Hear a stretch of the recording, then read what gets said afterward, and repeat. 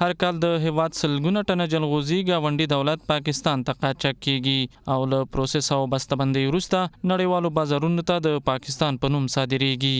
په ننګرهار کې سوداګر دغه چارې اندېښمن کړي او له حکومت نه غواړي د افغانستان جلغوزیو ته اول لاس نړیوال بازار پیدا کړي. دغه جلغوزي چې په افغانستان کې سخت ډېر دي او پاکستان یې زیات کم لري، خو افغانستان نه ځي پاکستان ته کله لارې بندې کړي، کله یو شی وي کله بل شی وکړي او زیاتره د خارجیان وړي.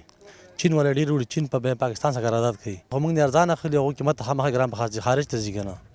بیا چې موږ ډایرکټ دغه سره قرارداد وکړو چین سره د پاکستان ته روان دي، موږ دلته خرڅ کوو، هغه پاکستان باندې خرڅوي، پاکستان یې بیا هلته په چین خرڅوي، چین ته ورکوي او هغه په جګه بیه اخلي او پاکستان یې موږ نه په ټیټ ریټ اخلي. موږ دا غواړو چې موږ ته ښه زمینه برابره شي د جلغوزیو دپاره او ښه ځای یو مارکیټ موږ دپاره پیدا شي.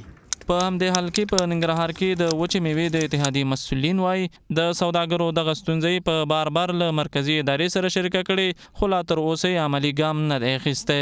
موږ د وچې میوې په بخش کې موږ کوم ستونزې چې لرو د افغانستان حکومت یا د افغانستان رئیس جمهور یا د اجرایي رئیس یا نوره کابینه یا اقتصادي کمیټه د شورای وزیرانو دا په دغه ستونزه خبر دی او زموږ د اتاق تجارت مشر یا الکوزی صاحب دغه خبره بار دغه اقتصادي کمیټې ته وړاندیز کړی دی.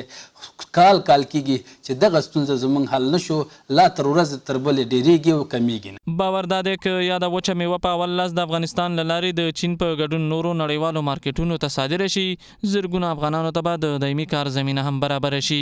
ویل کېږي هر کال د میلیونونو ډالرو په ارزښت په سلګونه ټنه جلغوزي پاکستان ته قاچاق کیږي. که دلته جلغوزیو ته د پروسس فابریکې جوړې او بازار ورته برابر شي، افغان حکومت به له دې کبله په پرله پسې توګه د پام وړ عواید هم ترلاسه کړي.